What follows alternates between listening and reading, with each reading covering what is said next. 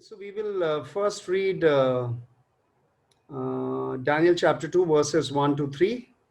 हम अभी आइए पढ़ेंगे दानियल उसका दूसरा अध्याय पहला दूसरा और तीसरा वचन। Daniel chapter 2 verses 1 to 3. Daniel उसका दूसरा अध्याय पहला दूसरा और तीसरा वचन। It says like this, now in the second year of Nebuchadnezzar's reign, Nebuchadnezzar had dreams, and his spirit was so troubled that his sleep left him. Then the king gave the command to call the magicians, the astrologers, the sorcerers, and the Chaldeans to tell the king his dreams. So they came and stood before the king, and the king said to them, I have had a dream, and my spirit is anxious to know the dream. यहाँ पे ऐसा लिखा है Daniel दूसरा अध्याय 1 वचन से तीसरे वचन तक। अपने राज्य के दूसरे वर्ष में नबूकदनेस्सर ने ऐसा स्वप्न देखा जिससे उसका मन बहुत ही व्याकुल हो गया और उसको नींद न आई। तब राजा ने आज्ञा दी कि ज्योतिषी, तंत्री, टोन्हे और कसदी बुलाए जाएं कि वे राजा को उसका स्वप्न बताएं। सो वे आए और राजा के सामने हाजिर हुए।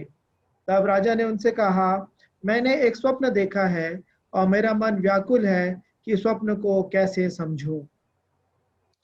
So this is about Nebuchadnezzar's dream and his distress. और यहाँ पे हम देखते हैं नबूकदनेस्सर राजा ने एक स्वप्न देखा और अब बहुत व्याकुल हो गया है। You know, not all or any sum of the world's wealth and power can cure a troubled mind. और इसी कारण चाहे कितना भी धन संपत्ति हो या कोई भी बात हो, जितना आपके पास सामर्थ्य हो, ये सब यदि कोई व्यक्ति का मन यदि व्याकुल हो वो उसमें उसकी सहायता नहीं कर सकता है। In a brief moment, God can take away one's peace of mind. और थोड़े से समय के लिए परमेश्वर पिता किसी भी व्यक्ति के जो मन में जो शांति है उसको वो हटा सकते हैं। He terrified Nebuchadnezzar with dreams as he did with Job in Job chapter 7 and verse 14. और जिस प्रकार से परमेश्वर पिता ने अय्यूब को उसको डरा दिया था, अय्यूब 7वें अध्याय 14वें वचन में इसका वर्णन है, उसी प्रकार से नबूकदनेस्सर राजा को भी परमेश्वर पिता ने भयभीत कर दिया था। It says in Job chapter 7 verse 14, it says, then you scare me with dreams and terrify me with visions. और यहाँ पे ऐसा लिखा है अय्यूब 7 उसके 14 में, तब तू मुझे स्वप्नों से घबरा देता और दर्शनों से भयभीत कर देता है। So the king, dreamed a recurring dream, and its various aspects were so troubling that he could not sleep. और यहाँ पे राजा ने एक स्वप्न को कई बार देखा और जो चीज उसने देखा उससे बहुत ज्यादा वो भयभीत हो गया। And he could not sleep. और फिर उसको नींद भी नहीं आ रही थी। Nebuchadnezzar knew his dreams did not come from, just like that. Sometimes people get some dreams like that. It was not that sort of dream in case of Nebuchadnezzar. और नबूकदनेस्सर राजा ने इस बात को भी जान लिया था कि जो उसको स्वप्न आ रहा है वो ऐसे ही नहीं आ गया है, क्योंकि बहुत सारे लोगों को ऐसे स्वप्न आ जाते हैं, लेकिन नबूकदनेस्सर ने जान लिया था कि ये कुछ विशेष कुछ स्वप्न है। God impressed the dream so deeply on his mind that Nebuchadnezzar awoke in a highly agitated state. और परमेश्वर पिता ने उस नींद को इतने ज्यादा उसके गहराई में भेज दिया था कि जब नबूकदनेस्सर राजा उठा वो बहुत ही ज्यादा भयभीत था। So he was troubled and perplexed, and he called, in Aramaic it is called the Chaldeans, which is translated as astrologers. यहाँ पे फिर इतना ज्यादा वो भयभीत हो गया, अब उसको कुछ समझ में नहीं आ रहा था कि क्या हो रहा है, क्या हुआ ये स्वप्न में। इसी कारण फिर उसने यहाँ पे लिखा है कि कसदियों को बुलाया, जिसका मतलब होता है जो कि ज्योतिषी लोग होते हैं। Kasdi it's an Aramaic word. In English it is in Aramaic it is called kasdi. Kasde also it is called, and actually it means the Chaldeans, which actually means the astrologers of those times. और यहाँ पे जो शब्द जो इस्तेमाल किया गया कसदी, वो अरामी भाषा का शब्द है, जिसका मतलब होता है कि जो लोग ज्योतिष विद्या करते हैं, जो लोग ज्योतिषी होते हैं, उनको बुलाया गया। And so he called them to make known the dream as whatever the meaning is. और फिर इस कारण उन लोगों को बुलाया गया ताकि वो बताएं कि ये स्वप्न का अर्थ क्या था।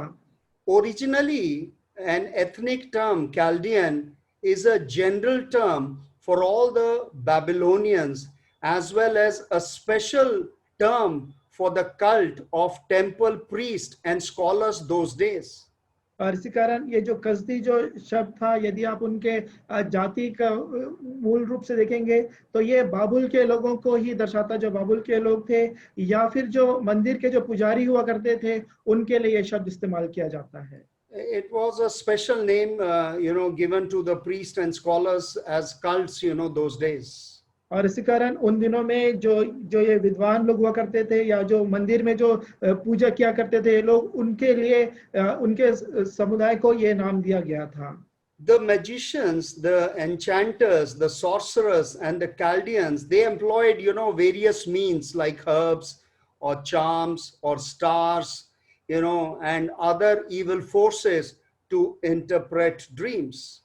और ये जो लोग हुआ करते थे, चाहे वो ज्योतिषी हो, चाहे तंत्री हो, चाहे टोने हो या कसदी लोग हों, ये सारे लोग कोई ना कोई जड़ी बूटियां इस्तेमाल करते थे, या फिर वो तारों को देखना या और जितने जो दुष्ट आत्मा या जो बुरी आत्मा, उन सब का इस्तेमाल किया करते थे ताकि वो सपनों का अर्थ बता सके। And such practices, they were very severely and strongly condemned in the Old Testament.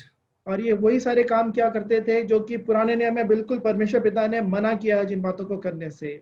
I will read a couple of verses. One is Exodus chapter 22 and verse 18. It says like this.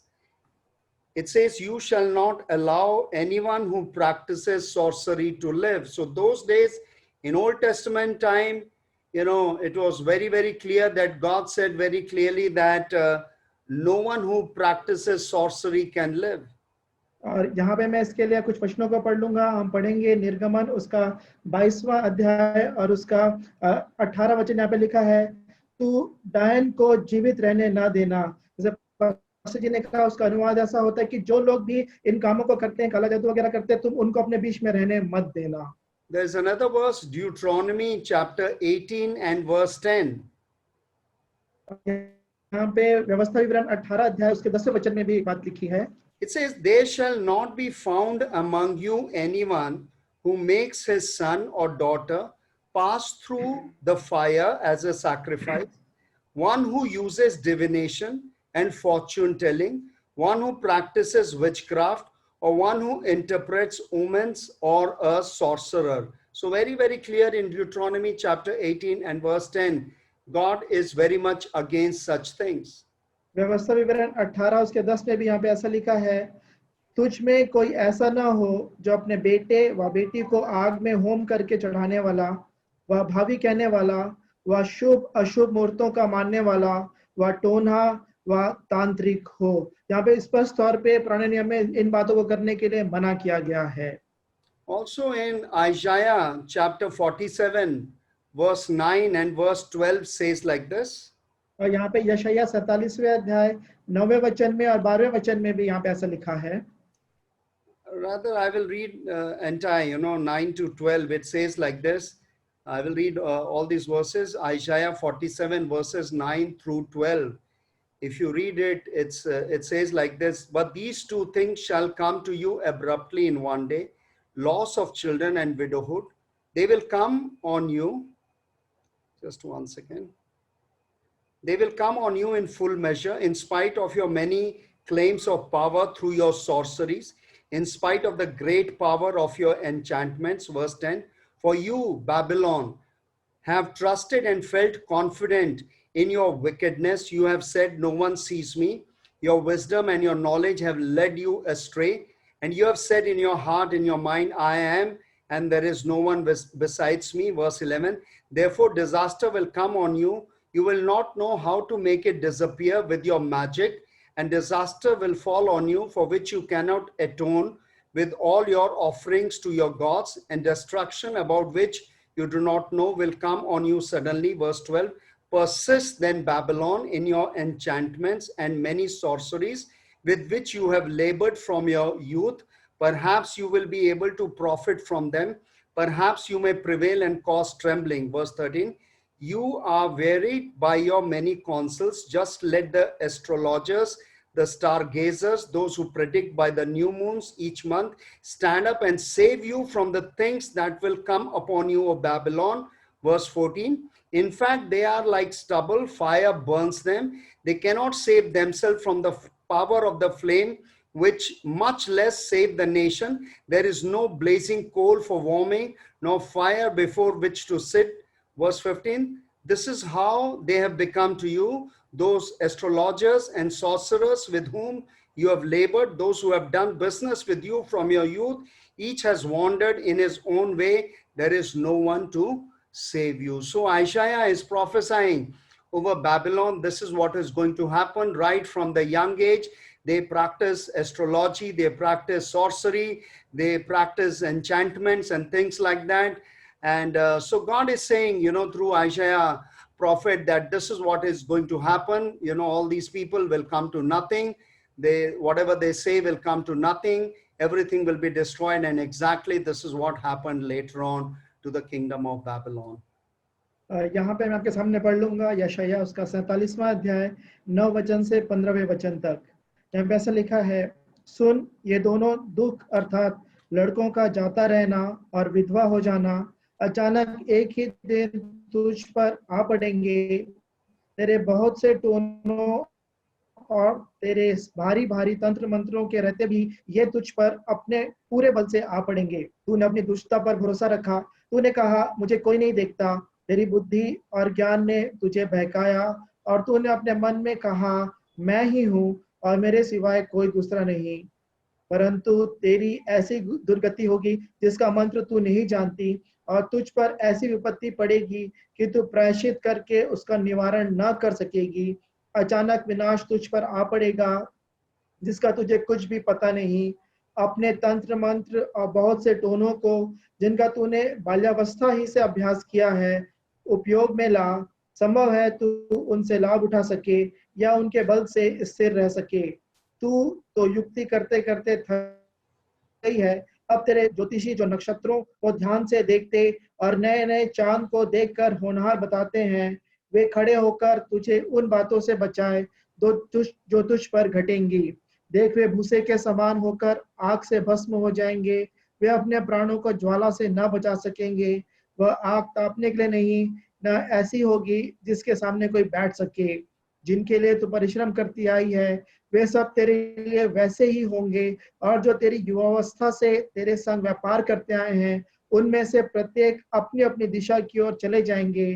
तेरा बचाने वाला कोई ना रहेगा। यहाँ पे यशायाह उनके विषय में, बाबुल के विषय में यह भविष्यवाणी कर रहे हैं कि बाबुल के लोग वो थे कि जो छोटी उम्र से ही जो कि ये जादू टोना करते थे, ये तंत्र मंत्र की बातें करते थे, ये इन सब के लिए यहाँ पे यशायाह ने भविष्यवाणी की कि अंत में कुछ भी तुम्हारा कुछ भी फायदा नहीं कर पाएंगे, तुमको कोई नहीं बचा पाएगा। और ये बाबुल के साथ हुआ भी।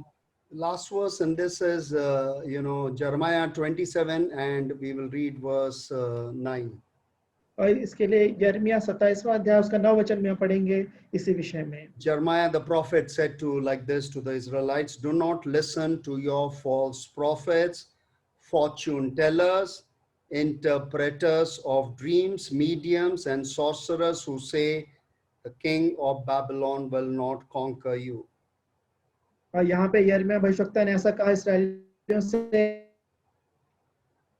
27 उसके 9 वचन में, इसलिए तुम अपने भविष्यवक्ताओं और भावी कहने वालों और टोनों और तांत्रिकों की ओर चित मत लगाओ जो तुमसे कहते हैं कि तुमको बाबुल के राजा के अधीन नहीं होना पड़ेगा। So we complete till verse 3. That was about Nebuchadnezzar's dream and his distress. Now we will look at Nebuchadnezzar's unreasonable request. और फिर यहाँ पे अब हमने इस बात को देख लिया है, दानियल पहला 2 अध्याय 1 से लेकर 3 वचन तक कि कैसे राजा ने स्वप्न देखा और व्याकुल था।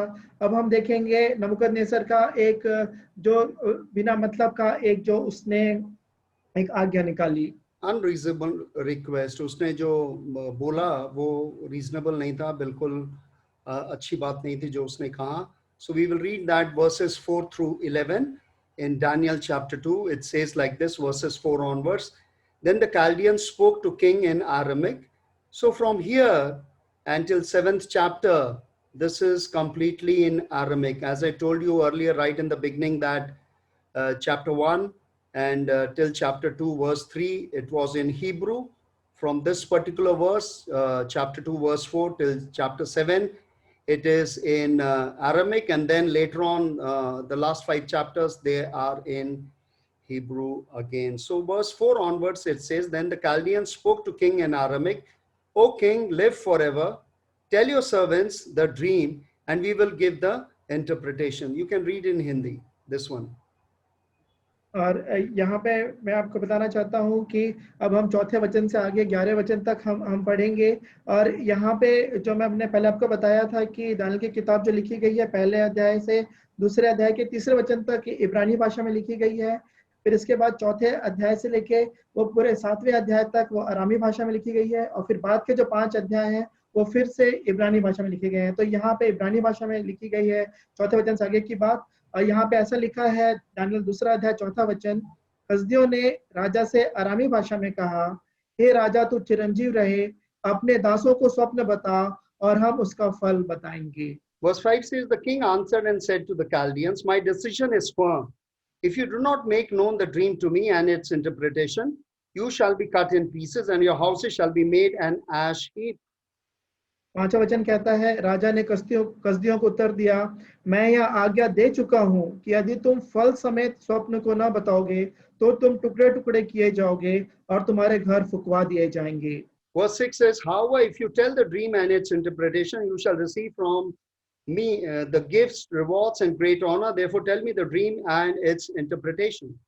6वां वचन ऐसा कहता है, और यदि तुम फल समेत स्वप्न को बता दो तो मुझसे भांति भांति के दान और भारी प्रतिष्ठा पाओगे। Verse 7 says, They answered again and said, Let the king tell his servants the dream, and we will give its interpretations. 7वां वचन कहता है, यदि तुम मुझे फल समेत स्वप्न को बताओ। उन्होंने दूसरी बार कहा, हे राजा, स्वप्न तेरे दासों को बताया जाए और हम उसका फल समझा देंगे। Verse 8, the king answered and said, I know for certain that you would gain time because you see that my decision is firm. 8वां वचन कहता है, राजा ने उत्तर दिया, मैं निश्चय जानता हूँ कि तुम यह देखकर कि राजा के मुंह से आज्ञा निकल चुकी है, समय बढ़ाना चाहते हो।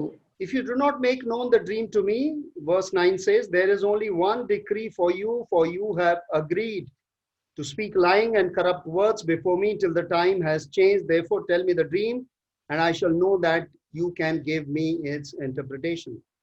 9वां वचन कहता है, इसलिए यदि तुम मुझे स्वप्न न बताओ तो तुम्हारे लिए एक ही आज्ञा है, क्योंकि तुमने गोष्ठी की होगी कि जब तक समय ना बदले तब तक हम राजा के सामने झूठी और गपशप की बातें कहा करेंगे। इसलिए तुम मुझे स्वप्न को बताओ, तब मैं जानूंगा कि तुम उसका फल भी समझा सकते हो। Verse 10 says, the Chaldeans answered the king and said, there is not a man on earth who can tell the king's matter. Therefore, no king, lord, or ruler has ever asked such things of any magician, astrologer, or Chaldeans. 10वां वचन कहता है, कसदियों ने राजा से कहा, पृथ्वी भर में ऐसा कोई मनुष्य नहीं जो राजा के मन की बात बता सके, और न कोई ऐसा राजा व प्रधान व हाकिम कभी हुआ है जिसने किसी ज्योतिषी व तंत्री व कसदी से ऐसी बात पूछी हो। Verse 11, it is difficult thing that the king requests, and there is no other who can tell it to the king except the gods whose dwelling is not with the flesh. 11वां वचन कहता है, जो बात राजा पूछता है वह अनोखी है, और देवताओं को छोड़कर जिनका निवास मनुष्यों के संग नहीं है, कोई दूसरा नहीं जो राजा को यह बता सके। So, the heading of this can easily be Nebuchadnezzar's unreasonable request. तो इस भाग का शीर्षक ऐसा हो सकता है कि नबूकदनेस्सर का अतार्किक निवेदन। King Nebuchadnezzar was one of the history's shrewdest monarchs. और नबूकदनेस्सर राजा जो था, पूरे इतिहास में यदि देखा जाए तो सबसे क्रूर राजाओं में वो जाना जाता है। The king most likely attributed the dream to his god Marduk. और ये जो राजा था, ये इसने सोचा कि ये जो स्वप्न है जो उसका जो देवता मर्दोक है उसके ओर से उसको मिला है। But he did not trust the ability of his religious advisors. लेकिन वो उनके जो धार्मिक जो उसके सलाहकार थे वो उनके ऊपर भरोसा नहीं करता था। Yet they were his only recourse whom he could ask. लेकिन उसके पास सिर्फ वही लोग थे जिसका उसको सहारा मिलता था। So to be certain of the validity of the interpretation, he would test them. और इसी कारण ये जानने के लिए कि वो जो सही वो बात उसको अर्थ सही बता रहे हैं कि नहीं, वो उनको जांचना चाहता था। Therefore, in verse 5 and 6, he says to them, "This is what I have firmly decided. If you do not tell me my dream was, what my dream was, and interpret, I will have you cut into pieces and your houses burned into piles of rubble. But if you tell me the dream and explain it, you will receive from me gifts and rewards and great honor. So tell me the dream and also interpret it for me." और इसी कारण उसने 5वें और 6वें वचन में यह बात उनसे कही।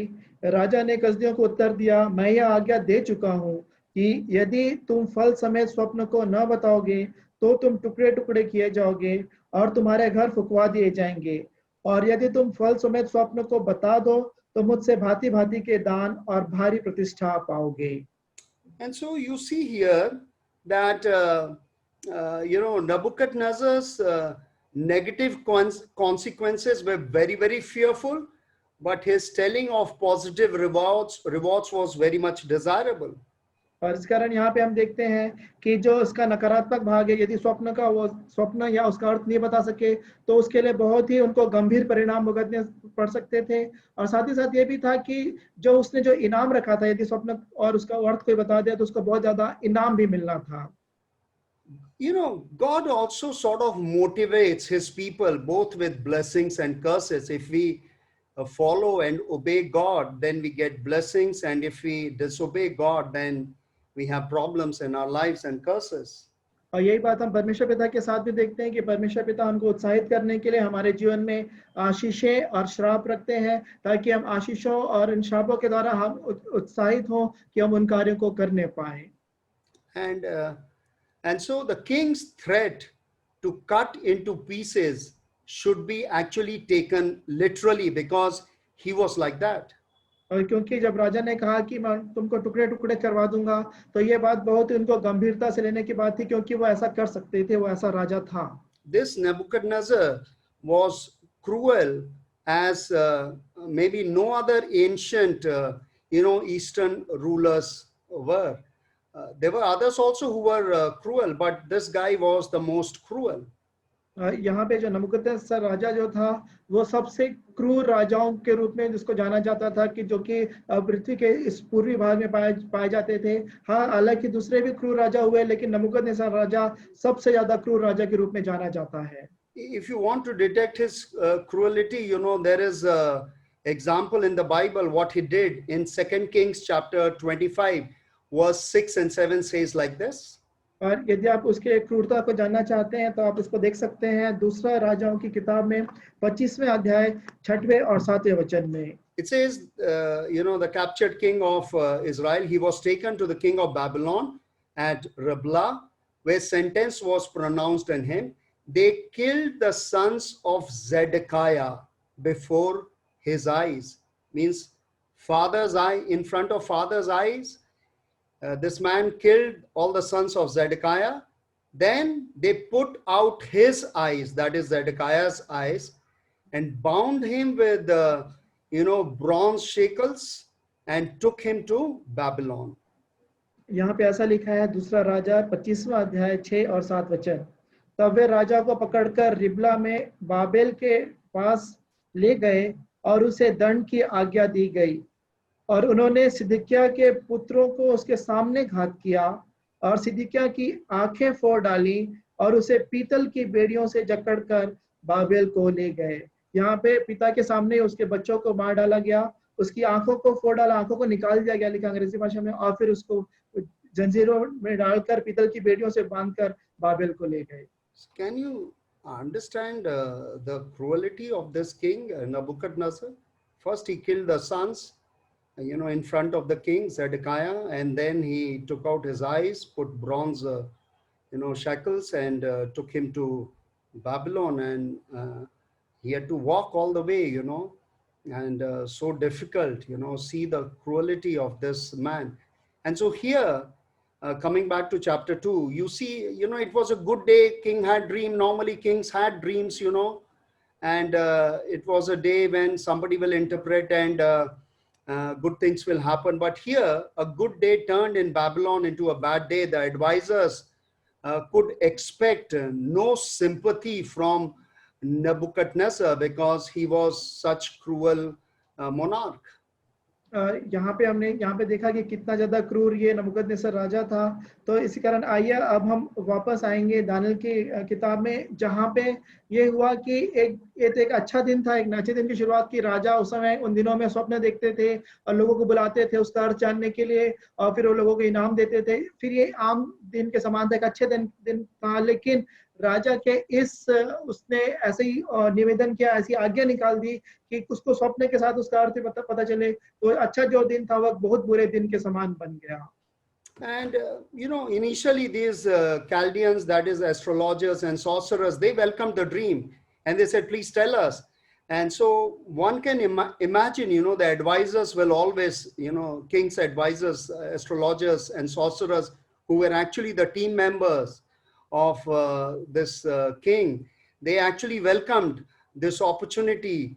But once they heard the king's request and terms, they got really scared. और आमतौर पे ये जो कसदी जो होते थे, जो ज्योतिषी लोग, तंत्री लोग जो हुआ करते थे, ये राजा के ही दल में माने जाते थे, राजा के ही साथ रहने वाले लोग हुआ करते थे। और जब भी कभी कोई राजा स्वप्न देखते थे तो ये उनके लिए आनंद की बात होती थी, ताकि वो उसका उत्तर दें और कुछ इनाम पाएं। लेकिन यहाँ पे ऐसा हुआ कि जब राजा ने ऐसा अतार्किक निवेदन रखा, एक ऐसे शर्तें रख दी कि उनको स्वप्न भी बताना होगा, उसके बाद अर्थ बताना होगा, तब ये उन लोग के लिए बहुत ज्यादा भयभीत हो गए, ये उनके लिए बुरा दिन हो गया। They could see the king was firmly set on carrying out his threat and asked him again and again, please tell us the dream, then we can interpret it. और फिर यहाँ पे वो राजा ने जो धमकी दी थी उससे वो बहुत ज्यादा भयभीत हो गए और बार बार राजा से निवेदन करने लगे कि कृपया कम से कम हमको स्वप्न तो बता दीजिए, तब हम उसका अर्थ बता देंगे। Probably this Nebuchadnezzar had not forgotten the dream. He could only know that the interpretation was correct if he remembered it. और फिर ये शायद ऐसा भी हो सकता है कि नबूकदनेस्सर राजा स्वयं ही उस स्वप्न को बिल्कुल अच्छी रीति से उसको भी याद नहीं था। इसी कारण उसने कहा कि तुम स्वप्न भी बताओ और तब उसका फिर जब तुम अर्थ बताओगे तब मैं जानूंगा कि तुमने सही बताया है। Normally you will see even in earlier time, even in case of Pharaoh, they did not forget the dream. Normally God does not give forgettable dreams to monarchs, as mentioned in the Bible. And so the whole dream was still probably troubling the king so much that he was agitated, and that is why he gave this sort of demand or command that I want the dream to be known as well as its interpretation. माफ कीजिएगा, यहाँ पे जो भी जो स्वप्न था उसको राजा को तो याद था, लेकिन वो सिर्फ इस बात को जानने के लिए कि उसका अर्थ भी सही बताया जा रहा है कि नहीं, वो इस बात को जानने के लिए उनसे कह रहा था कि तुम मुझे स्वप्न भी बताओ। यदि आप फिरौन के विषय में भी देखेंगे, जब उसको स्वप्न दिखाया गया तो वो इतने ज्यादा वो उससे भयभीत हो गए, या बात उनके हृदय में रह गई कि वो उनको स्वप्न तो अच्छे से याद रहता, वो आसानी से ऐसे स्वप्नों को वो नहीं भूलते, लेकिन उससे ज्यादा बहुत ज्यादा व्याकुल था नबूकदनेस्सर राजा। इसी कारण वो चाहता था कि स्वप्न के साथ साथ उसका अर्थ भी उसको बताया जाए। So remember, God does not give forgettable dreams, and so the king was troubled so much, which means he did remember the dream, and that is why he was agitated, because he wanted to know the right interpretation. इसी कारण परमेश्वर पिता जब भी स्वप्न देते हैं उसको व्यक्ति आसानी से नहीं भूल सकता है। इसी कारण लेकिन यहाँ पे राजा बहुत ज्यादा व्याकुल हो गया था कि उसका अर्थ जानने के लिए, इसी कारण उसने इस प्रकार की आज्ञा दी। If the caliber of the advisors in Nebuchadnezzar's court was the very best in the world those days to offer, and so these were not very ordinary people, but they were wise men. In fact, the translation says these were the wise men. They really helped the king to, run the nation, and so they were his very important officers. Yet their worldly wisdom was insufficient to solve even the most basic spiritual problem of a human mind, because even Satan cannot read human mind. It is only it is only God who can read a human mind.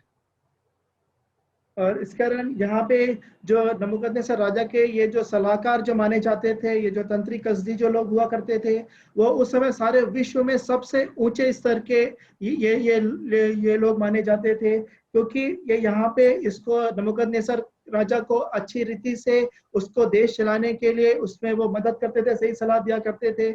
इसी कारण जो उनका स्तर था वो बहुत ऊंचे दर्जे का था। And if Satan could read, the mind of a human being or even king, then these astrologers and these wise men, could easily tell through Satan reading the mind of king what exactly is, the dream which king had or its interpretation. But we know that Satan cannot read mind of human beings, and so these astrologers also could not interpret the dream directly. और इसी कारण हम जानते हैं कि शैतान भी जिस प्रकार से मनुष्यों के हृदय को वो पढ़ नहीं सकता है, उनके मन की बातों को नहीं जान सकता है, इसी कारण यहाँ पे भी ये जो तंत्री कसदी जो लोग थे, ज्योतिषी थे, वो भी उसका शैतान का सहारा लेकर भी राजा के मन में क्या बात है उसको वो नहीं जान सके, ताकि उस स्वप्न को वो जानने पाए। This king Nebuchadnezzar, he was a cruel king, but he was a young king. He was not that old. He was very, very young, and he was brilliant in his mind as well. And so he suspected that his advisors, they can conspire together and maybe tell some misleading and wicked things. So he did not trust in them completely. और इसी कारण जो नबूकदनेस्सर राजा, हालांकि बहुत क्रूर राजा था, लेकिन वो समय एक बहुत जवान राजा था और बहुत ही ज्यादा बुद्धिमान राजा भी था। और इसी कारण उसने अपने मन में सोचा कि ऐसा भी हो सकता है कि ये जो लोग जो हैं, जो ज्योतिषी लोग हैं, जो समय के जो विद्वान लोग हैं, ये आपस में मिलके भी षड्यंत्र रच सकते हैं, आपस में ही वो साझा कर सकते हैं और ये कह के कि हम उसको कुछ भी राजा को हम उसका कुछ भी अर्थ बता देंगे। तो इस बात को जांचने के लिए उसने इस प्रकार की आज्ञा दी। But unwittingly, these Chaldeans or astrologers or wise men, whatever we can say, they told the king in verse 10 and 11 in this Daniel chapter 2 very clearly, they told the king point blank that his request was unreasonable, and the explanation which they are giving is actually accurate. The interpretation of the dream did go beyond man's ability, and they told the king point blank. और इसी कारण यहाँ पे हम देखते हैं 10वें और 11वें वचन में कि ये जो बुद्धिमान लोग थे, कसदी, ज्योतिषी, तंत्री, जो भी आप इनको कहना चाहें, इन सब ने इस बात को बिल्कुल राजा के सामने ईमानदारी से ये कह दिया कि ये जो बात राजा पूछता है ये किसी मनुष्य के वश में नहीं है। So these men actually said, sort of, they accepted that they could not do the job they were actually supposed to do, because what was their job? What was their business? These wise people, they used to sort of see the stars and go into that, realm of, high heavens or, upper heavens or wickedness forces, and try to gather information, and based on that they will interpret certain things. But here they sort of said that it is not possible for any human being to do this. यहाँ पे उन्होंने इस बात को भी मान लिया कि जिस काम के लिए उनको रखा गया है, अब वो काम वो नहीं कर सकते हैं, क्योंकि इनका ये काम ही था, इन ज्योतिषियों का, इन तंत्रियों का, कसदियों का, कि वो जाएं, वो तारों को देखें, वो जो दुष्टता की जो आत्माएं हैं उनसे बातचीत करें, जो भी करके वो राजा को जो उसका जो मांग होती थी, स्वप्नों का अर्थ बताना या कोई भी बात हो, उस बात को राजा के सामने रखें। लेकिन यहाँ पे उन्होंने राजा के सामने हार मान लिया कि वो इस बात में राजा की वो मदद नहीं कर सकते हैं। So sort of in boldness they confess that they can't do it, and so the evaluation of the king was actually right. He knew that if he tells the dream, they will interpret it in certain manner, and so they will do the wickedness. They are sort of frauds, they are not telling the king the right thing. That is why the king intentionally is not telling the dream, because he knew that if he tells the dream, they will just make some interpretation and tell him, and so king was very much disturbed. और इसी कारण यहाँ पे हम देखते हैं कि जो राजा का जो आकलन था वो बिल्कुल सही था कि ये राजा इस बात को उसको यकीन हो गया होगा कि यदि मैंने उसको स्वप्न बता दिया होता तो ये जो लोग जो थे ये लोग कुछ भी इसका अर्थ निकाल के वो मुझे बता सकते थे, और इसी कारण यहाँ पे राजा बहुत ही ज्यादा क्रोधित हो गया था। And so verse 11, You know, it says it is difficult thing that the king requests, and there is no other who can tell it to the king except the gods whose dwelling is not with the flesh. With this declaration, you know, the astrologers actually set the stage for Daniel and his God. यहाँ पे 11 वचन ऐसा कहता है, उन्होंने कहा जो बात राजा पूछता है वह अनोखी है और देवताओं को छोड़कर जिनका निवास मनुष्यों के संग नहीं है और कोई दूसरा जो राजा को यह बता सके, तो और कोई दूसरा नहीं जो राजा को यह बता सके। तो यहाँ पे इन बात के कहने के बाद, इस बात की घोषणा करने के बाद उन्होंने दानियल और उसके मित्रों के लिए उस जगह को तैयार कर दिया। Only a super intelligence, you know, belonging to a deity could reveal this kind of information, they said, sort of. तो उन्होंने ऐसा कहा कि ये बहुत ही ज्यादा, यदि किसी के पास अलौकिक बुद्धि होगी या ईश्वरों की आत्मा यदि जिस व्यक्ति के अंदर होगी, वो ही इसका अर्थ बता सकता है। And so, you know, the advisors gave the right thing, you know, sort of right answer. और यहाँ पे हम देखते हैं कि जो राजा के सलाहकार थे, उन्होंने एक प्रकार से सही जवाब भी दिया था।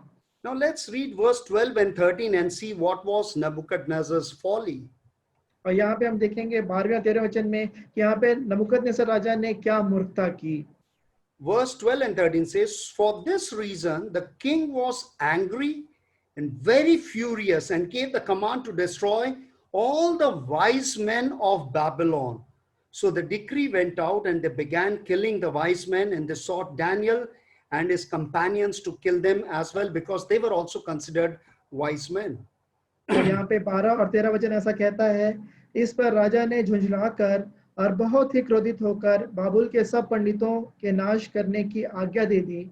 सो यह आज्ञा निकली और पंडित लोगों का घात होने पर था, और लोग दानियल और उसके संगियों को ढूंढ रहे थे कि वे भी घात किए जाएं। यहाँ पे राजा ने क्रोधित होकर आज्ञा दी कि जितने भी जो बुद्धिमान समझे जाते हैं जो लोग हैं, उन सबको मार डाला जाए, दानियल उनके साथ भी। So the answer of advisors made the king so angry and furious that he ordered the execution of all the wise men of Babylon, including Daniel and his 3 friends. इसी कारण जब इनका जवाब, सलाहकार लोगों का जवाब जब उसको राजा को मिला, तो इतना ज्यादा झुंझला गया, इतना ज्यादा क्रोधित हो गया, और उसने कहा कि जितने भी जो बुद्धिमान लोग हैं, यहाँ तक कि दानियल उसके मित्रों को भी मरवा दिया जाए। So this refers to, you know, the king's disappointment in not having the dream interpreted. और ये इस बात को दर्शाता है कि राजा कितना ज्यादा निराश हो गया था कि जब उसके स्वप्न का उसको अर्थ नहीं मिला। This also sort of tells, you know, the king's confirmation of his suspicion about the advisors that they were good for nothing. और ये इस बात का भी प्रमाण हो गया कि राजा ने जान लिया कि जो लोग उसके सलाहकार हैं, वो अब किसी काम के लिए नहीं रहे उसके लिए। And, you know, even the king's faith in his own god, Marduk, must have been shaken. That is why he got angry like that, because these wise men, you know, they were all worshippers of Marduk god, except Daniel and his 3 friends. Most of them they worshipped. And so by killing this wise man, he's actually, you know, not trusting, you know, his own God. So his trust in his own God is almost shaken, looks like.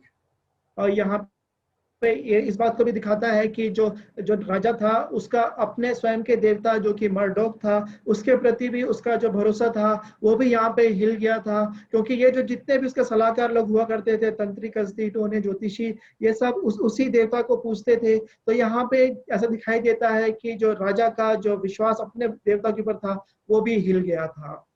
And so the king's reaction to this, the audacity of you know, these wise men to criticize king, you know, he got really furious that how can they say such things, and that is why he gave order to execute everyone. और इसी कारण इन जो सलाहकार लोगों ने जो इतना हियाव दिखाया, इतनी निडरता के साथ कहा कि ये राजा किस प्रकार का सवाल पूछता है, इस बात के कारण भी ये राजा बहुत ज्यादा क्रोधित हो गया और उसने हर एक जो लोग जो थे उसके सलाहकार लोगों को मार डालने की आज्ञा दे दी।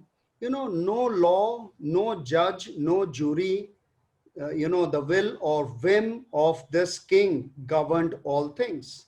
और यहाँ पे इसी कारण वहाँ पे कोई नियम कानून या और कोई भी बात नहीं थी जो इस राजा की बात को कोई उसको जो काट सके। Just think about, the unsettling effect of this hasty execution on the subject of the kingdom. These wise men, they were the men who actually they were the ones who were running the kingdom, and they were ordered to be executed immediately. Just imagine, the unsettling effect it will have on the kingdom. और इसी कारण आप इस बात की आप कल्पना कीजिए कि जो लोग देश को चला रहे थे उन्हीं को यदि मार डालने की आज्ञा दे दी जाए तो इसके ज्यादा कितना ज्यादा अफरा तफरी उस देश में हो सकती थी यदि राजा ने जो प्रजा के लोगों को चला रहे थे उन लोगों को यदि मारने की आज्ञा दे दे और यदि वो मर जाए तो कैसे राज्य में अफरा तफरी हो सकती है। So just imagine, if today, if you think like, every prime minister or ministers, they have advisors, and they are the ones who actually manage, the affairs of the country. And if suddenly the king or prime minister decides they should all be killed, so just imagine what will happen. And not only one particular advisor or two, but all the advisors all over the nation, they will all be killed. So just imagine what will be the future of that kingdom. So when decisions, are made in anger, they are always wrong. So in the heat of the moment, Nebuchadnezzar foolishly would have almost wiped out the future of Babylon kingdom. और इसी कारण यहाँ पे हम देखते हैं ऐसा समझ सकते हैं कल्पना कीजिए कि हमारे देश के प्रधानमंत्री या जो मंत्री हैं उनके पास बहुत सारे सलाहकार होते हैं और आमतौर पे सलाहकार ही चला रहे होते हैं देश को। और यदि उस समय प्रधानमंत्री या मंत्री इस बात की घोषणा करें कि जितने भी सलाहकार हैं एक या दो नहीं जितने भी उनके सलाहकार हैं सबको मरवा दिया जाए, यदि ऐसा होगा तो फिर क्या हालत होगी उस देश की उस विभाग की। इसी कारण यहाँ पे हम देखते हैं कि जितने भी जो फैसले लिए जाते हैं जो कि गुस्से में आके लिए जाते हैं वो आमतौर पे गलत होते हैं, वो गलत ही निर्णय होते हैं। यहाँ पे राजा की इस आज्ञा का यदि पालन हो जाता तो उसने जो बाबुल देश का जो भविष्य था उसको ही उसने मिटा दिया होता अपने ही हाथों। So the lesson learned is, when we are in fury, fury actually blurs one's ability to think clearly or righteously or with wisdom. That's the lesson we can learn here, that when we are in anger, when we are in fury, our emotions, take control of us, and then we can make many wrong decisions in our lives. And so we need to have a cooler mind. Probably if Nebuchadnezzar would not have been so much offended because these advisors said such a word that what you are saying is not possible at all, it really brought fury, and if probably he would have thought with a cooler mind, he wouldn't have given such an order, because along with the wise men, even Daniel and his friends, they would be killed. That was the order. All the wise men has to be killed. And in fact, Nebuchadnezzar was killing his future, because Daniel was the one who actually ran his kingdom. He was the one who managed all the 120 provinces of Babylon. And so his future, Babylon's future, would have killed. And similarly, in our own lives, we can learn this lesson, is that when we are under fury for some reason, we have to remember it blurs our ability to make right decisions. तो इसी कारण यहाँ पे हम इस बात को सीख सकते हैं कि जब कभी भी आप बहुत ज्यादा गुस्से में हैं, जो बहुत ज्यादा क्रोधित हैं, तो जो क्रोध जो होता है वो आपके अच्छी रीति से स्पष्टता से सोचने की क्षमता को, धार्मिकता से कदम उठाने की क्षमता को या बुद्धिमानी से कोई निर्णय को लेने की क्षमता को वो उसको धुंधला कर देता है। इसलिए बहुत जरूरी है कि आप कभी भी गुस्से में हम कोई भी निर्णय ना ले। यहाँ पे हम देखते हैं कि यहाँ पे नबूकदनेस्सर राजा भी ठंडे दिमाग से इस बात को वो ग्रहण कर सकता था, इसके विषय में कुछ आज्ञा दे सकता था, लेकिन वो इस बात से बहुत ही ज्यादा उसको चोट लगी कि जब उन्होंने कहा कि ये राजा जो तू बात पूछ रहा है वो बिल्कुल असंभव है, तो इस बात से वो बहुत ही ज्यादा क्रोधित हो गया और उसने ये आज्ञा दे दी कि सभी बुद्धिमान लोगों को मरवा दिया जाए, यहाँ तक कि दानियल और उसके मित्रों को भी। लेकिन यदि ऐसा हो जाता तो दानियल, जो कि उस समय बाबुल के 120 प्रांतों के ऊपर जो प्रधान था, वो उसका अपना एक प्रकार से पूरा भविष्य को, बाबुल के भविष्य को ही राजा मरवा डालता। इसलिए बहुत जरूरी शिक्षा हमारे लिए भी है कि कभी भी हम गुस्से में आके जब क्रोधित हों किसी हम बड़े निर्णय को या किसी हम आज्ञा को या अपने जीवन में कोई निर्णय ना लें। And so we will stop here. We will continue next week from here. हम यहाँ पे आज रुकेंगे और फिर आगे हम अगले सप्ताह चलेंगे। Lord Jesus, one thing we learned today is that even when we are insulted or sometimes for some reason we can get angry, but help us that we will not make any decision that time, but with a cooler mind, so that we will make right decision. Because sometimes, and in fact most of the times, when we are in fury or when we are in anger mode, it actually blurs our ability to think right and speak right and do right. So help all of us, O Lord, what we have learned from Nebuchadnezzar's life, Lord. हाँ प्रभु जी, आपका धन्यवाद देते हैं प्रभु जी, आपने ये बात आज हमको सिखाई कि हम कभी भी यदि किसी ने हमारी कोई बेइज्जती की हो या किसी भी कारण से यदि हम गुस्सा हो तो हम उस समय कोई निर्णय ना लें, परंतु प्रभु जी हम जब भी निर्णय लें तो हम एक ठंडे दिमाग से हम ये निर्णय लें, क्योंकि ये ज्यादातर यही बात देखने में आई है, अधिकतर जब भी हम गुस्से में कोई निर्णय लेते हैं वो गलत होते हैं। तो प्रभु हमारी सहायता मदद करें कि हम जो गुस्सा जो होता है हमको सही तरीके से सोचने में, सही बातों को बोलने में, सही कामों को करने में वो हमारे सामने धुंधलापन लेके आता है। इसलिए हमारी मदद करें कि हम ठंडे दिमाग से रहें और तभी हम निर्णयों को अपने जीवन में लेने पाए। In Jesus' precious name we pray.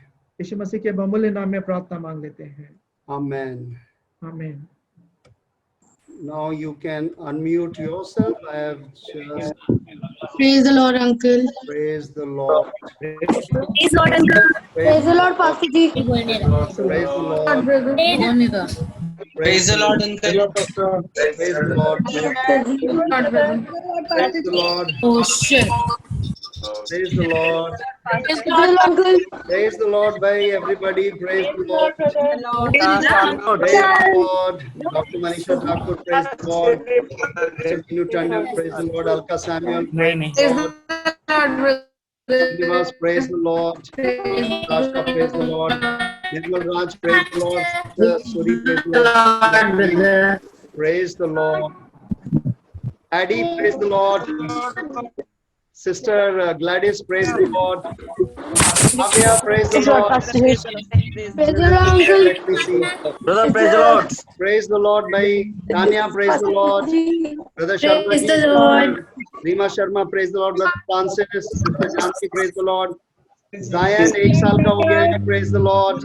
Praise the Lord, Pastor Ji. Praise the Lord. Sister Namrata Kapoor, praise the Lord. Praise the Lord. Brother, praise the Lord. Brother Emmanuel, praise the Lord. Where are you? Yes. Praise the Brother Lord, Emmanuel, praise the Lord. How are you? Brother Emmanuel, you are able to hear us? Brother Emmanuel, I'm pinning your video so that you can speak. Brother, praise the Lord. Praise the Lord, Uncle. I think you are not able to hear us, right? Probably he is not able to hear us. Praise the Lord. Brother, praise the Lord. Praise the Lord. Praise the Lord. Mandaji, praise the Lord. Sister Meenakshi, praise the Lord. Sister Brenda, praise the Lord. Sister Charu, praise the Lord. Nitin, praise the Lord. Sunil, praise the Lord. All of you. Praise the Lord, brother. Praise the Lord. God bless you, everyone. God bless you. God bless you. Praise the Lord, brother. Good night. Good night. God bless you. Good night. Lord. Good night. Good night. All of you. Praise the Lord. See you tomorrow. Night, Pastor. Praise the Lord. Mic बंद था मेरा बंद